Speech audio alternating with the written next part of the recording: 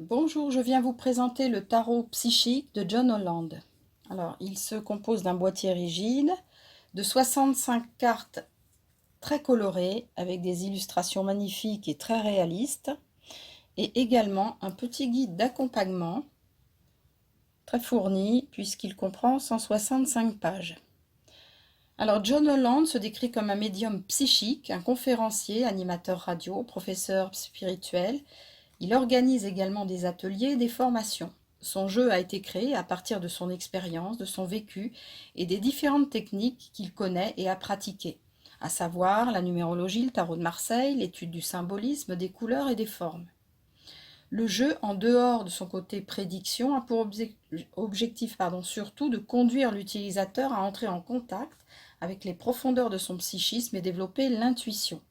Le psychisme étant l'ensemble des phénomènes et processus relevant de l'esprit, de la pensée, de l'intelligence et de l'affectivité d'un individu. Alors la structure du jeu. Donc ce jeu se compose de 22 arcanes majeurs. Alors tous les arcanes majeurs sont bordés d'un liseré noir. Alors les arcanes majeurs représentent surtout un chemin global, une situation dans laquelle se trouve le consultant au moment du tirage, un processus à l'œuvre.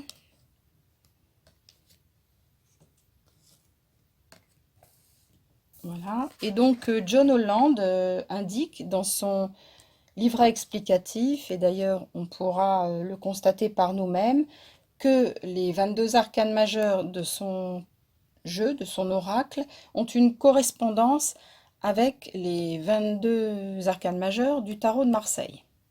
Avec juste une petite remarque que je me permets de faire, par exemple si on prend cette carte-là du sacrifice et qu'on considère qu'il y a une correspondance avec le tarot de Marseille, hein, donc ici le pendu. Voilà, donc le fait que le mot sacrifice soit inscrit sur la carte peut venir un peu réduire la signification de la carte, hein, parce qu'effectivement, le pendu, il y a une notion de sacrifice, une notion de sacrifice possible, hein, c'est pas automatique, mais le pendu a bien évidemment beaucoup d'autres significations, hein, et des significations beaucoup plus positives comme le retour à soi, la méditation, le changement de point de vue par exemple.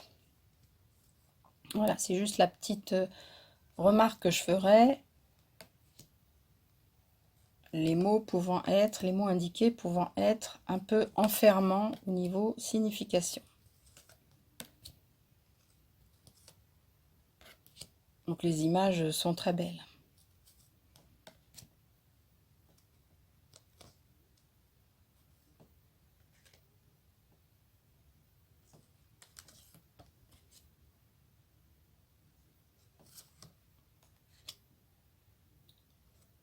Voilà, alors le jeu comprend également des arcanes mineurs, et ces arcanes mineurs sont divisés en 4 catégories de 9 cartes. Chaque catégorie représente un événement de la vie quotidienne, peut décrire également des réactions face à une situation, peut décrire des émotions ou ce qui se passe concrètement dans la vie de la personne. Les arcanes mineurs permettront davantage d'entrer dans un processus de prédiction avec des indications beaucoup plus précises. Alors les arcanes mineurs pourront aussi venir préciser l'énergie des arcanes majeurs. Alors, il y a les arcanes mineures dites physiques, bordées de rouge, représentant le concret, les affaires, la finance, le matériel, les gains, les pertes, la sécurité ou le manque de sécurité.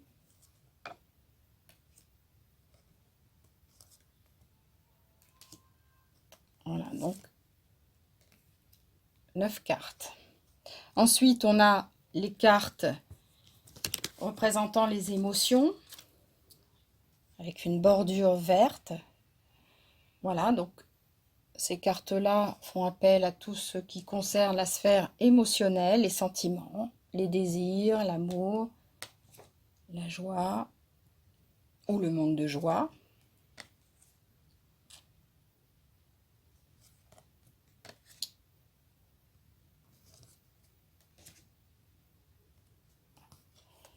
Voilà.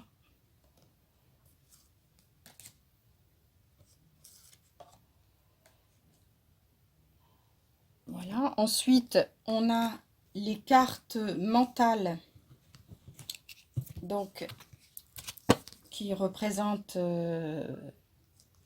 tout ce qui est la communication,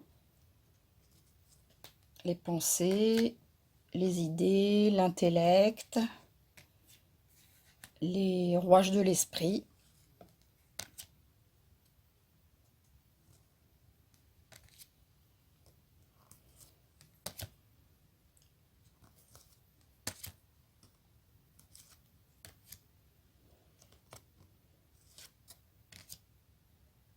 Voilà. Et enfin, les cartes de l'esprit avec une jolie bordure violette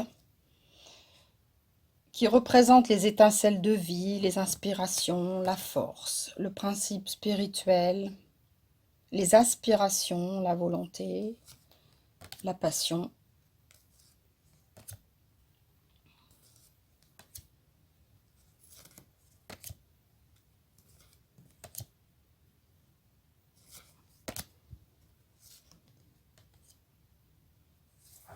Voilà. Alors, et dans ce jeu, ce qui est très intéressant, c'est qu'il y a un petit bonus, c'est-à-dire qu'il y a 7 cartes de chakra. Alors, il n'est pas obligatoire lors d'un tirage de mettre ces cartes-là pour faire le tirage, mais on peut également en tirer une, par exemple, et se demander quel chakra est touché par ce qui se passe dans ma vie. Voilà. Donc on fait le tirage avec la question et en prime on tire une carte chakra pour voir vraiment ce qui est touché, quel chakra est touché par ce qu'on est en train de vivre dans notre vie. Alors, le livret également, donc je disais tout à l'heure 165 pages, c'est un livret très fourni, très clair, très complet, il donne beaucoup de conseils. Alors, il y a bien évidemment le petit mot de l'auteur, son parcours, ses aspirations, la description et la signification de chaque carte, des exemples de tirage, des conseils pour utiliser le jeu, des conseils aussi pour développer ses capacités psychiques. Il y a également la signification complète des couleurs, des nombres de 1 à 9 et de chacun des chakras. Et donc par rapport aux chakras, il y a des conseils aussi pour les équilibrer, ce qui est extrêmement intéressant. Donc pour conclure, c'est un jeu très agréable, très complet, très travaillé et qui permet vraiment, en dehors de la prédiction, d'approfondir un travail de connexion à soi, à son psychisme et à ses émotions. Voilà, je vous remercie de votre écoute et à bientôt.